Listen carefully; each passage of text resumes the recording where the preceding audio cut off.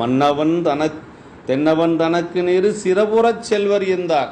சிறபுறச் செல்வர்னா சீர்காழி தலைவருங்க ஞானசம்பந்த பெருமான். முன்னவன் பணிந்து கொண்டு, அப்படி பணிந்து கொண்டு முழுவதும் அணிந்து நின்றான் அப்படிங்கிறார்.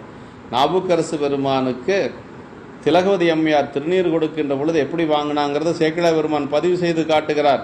திருவாளன் திருநீரு திலகவதியார் அளிப்ப பெருவாழ்வு வந்ததென பெருந்தகையார் பணிந்தேத்த. பாருங்க, திருநீர் கிடைக்கிறது எவ்வளவு பெருசு தெரியுங்களா? பெருவாழ்வு வந்ததுன்னு சொன்னாராம் நாவுக்கரசு பெருமான். திருநீர் அவ்வளவு பெருசுங்க. திருநீர் யாரு பெரியவங்க கொடுத்தாங்கன்னா அப்படி வாங்கி அணியணுங்க. திருவாளன் திருநீர் திலகவதியார் அளிப்ப.